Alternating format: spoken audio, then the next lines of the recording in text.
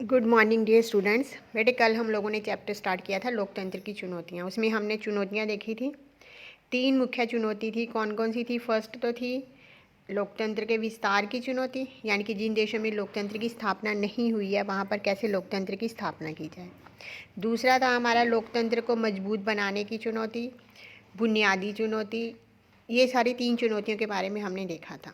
अब इसके बाद नेक्स्ट पेज पर जो हम कर रहे थे वो था हमारा कार्टून डिस्क्रिप्शन।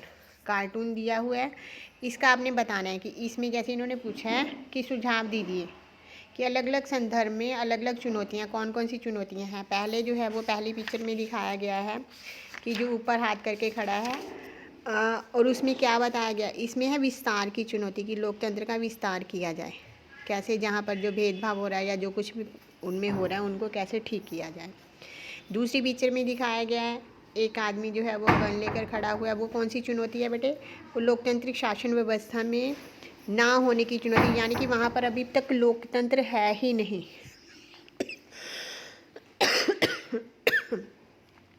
तीसरी पिक्चर जो दिखाई गई है उसमें जिसमें बहुत सारे लोग खड़े हैं उसमें बताया लोकतंत्र को मजबूत बनाने की चुनौती।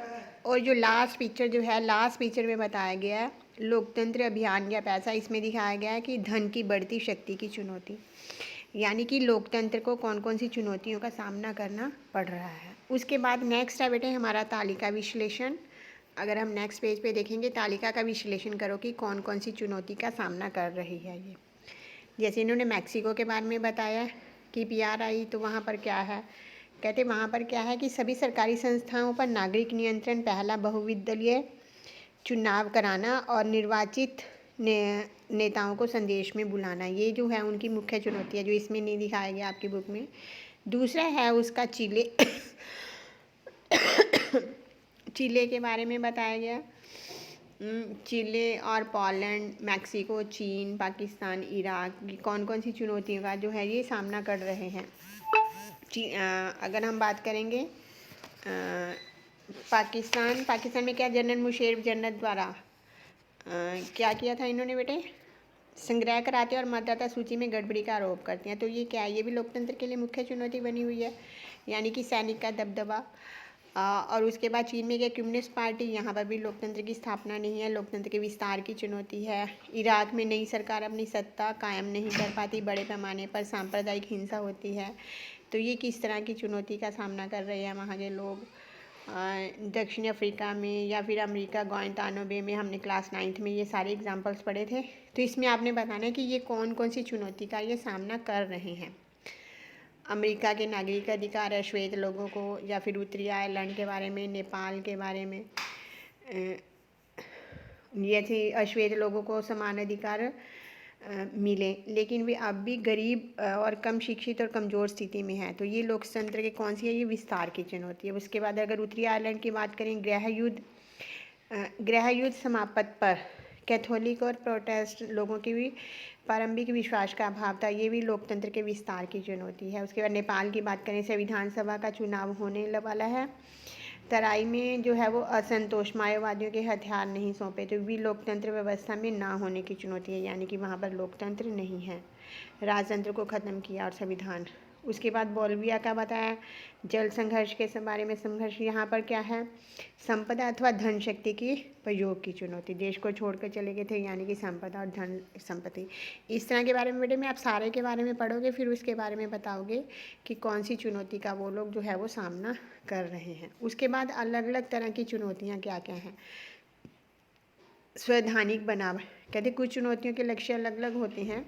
जैसे सबसे पहले है स्वैधानिक बनावट। स्वैधानिक बनावट में आप क्या लिखोगे बेटे? संविधान को जनता के प्रतिनिधियों द्वारा बनाया जाना चाहिए तथा इन प्रतिनिधियों के सभी धर्मों, रंगों, जातियों, लिंग इत्यादि को पूर्ण प्रतिनिधित्व होना चाहिए। उसके बाद लोकतांत्रिक अधिकार, कहते यह लोकतंत्र के सभी नागरिकों को मिलने चाहिए, परंतु यह अलोकतांत्रिक देशों में लोकतंत्र को स्थापित करने की चुनौती है। उसके बाद है संस्थाओं का कामकाज। यह कहते हर जगह कार्य करती है, परंतु अलोकतांत्रिक देशों में ये लोकतंत्र के ना होने की चुनौती है। चुनाव लोकतंत्र को सुदृढ़ अथवा मजबूत बनाने की चुनौती है। संघवाद विकेंद्रीकरण लोकतंत्र को मजबूत अथवा सुदृढ़ करने की चुनौती है। उसके बाद है विविधता को समेटना, लोकतंत्र व्यवस्था के विस्तार की चुनौती है। उसके बाद है बेटे हमारा राजनीतिक संगठन, राजतंत्र और तानाशाह देशों में वह लोकतांत्रिक व्यवस्था को स्थापित करने की चुनौती। और आगे कोई अन्य श्रेणी भी कुछ भी हो सकती है, धन और लोकतंत्र के अपराधीकरण की चुनौती जिसका कि हमारा देश आज तक सामना कर रहा है। इस तरह से बेटे आपकी बुक में ये दिए हुए हैं, इनके बारे में आप लिखोगे सबके बारे में, ठीक है। उसके बाद आगे आपका नेक्स्ट उसमें दिया हुआ है आधार तैयार करने की चुनौतियाँ या विस्तार की चुनौती या लोकतंत्र को गहराई से मजबूत करने की चुनौती। आधार तैयार करने की चुनौती में आप क्या लिखोगे? देश के कुछ केंद्र शासित प्रदेशों में संपूर्ण राज्य का दर्जा देना। विस्तार की चुनौती में क्या करोगे? किसी के साथ भी इनमें से किसी आधार, रंग, धर्म, जाति, लिंग इत्यादि के आधार पर कोई भेदभाव ना हो। लोकतंत्र को गहराई तथा मजबूत बनाने की चुनौती, देश में कोई भी व्यक्ति 2 महत्वपूर्ण पद नहीं संभाल सकता, तो अगर वो संभाल रहा है तो यानी कि फिर वो मजबूत नहीं है। उसके बाद जो नेक्स्ट बेटे टेबल बना हुआ है आपकी बुक में, इसमें दिया गया, उन्होंने क्या दिया हुआ है, सबसे पहले प्राथमिकता, लोकतंत्र की चुनौती, उसके बाद उदाहरण, उसके बाद प्राथमिकता के कारण। इसमें अगर हम करें लोकतंत्र की चुनौती, दल का आंतरिक लोकतंत्र, तो उदाहरण क्या लिखोगे? दल में आंतरिक चुनाव ना करवाना।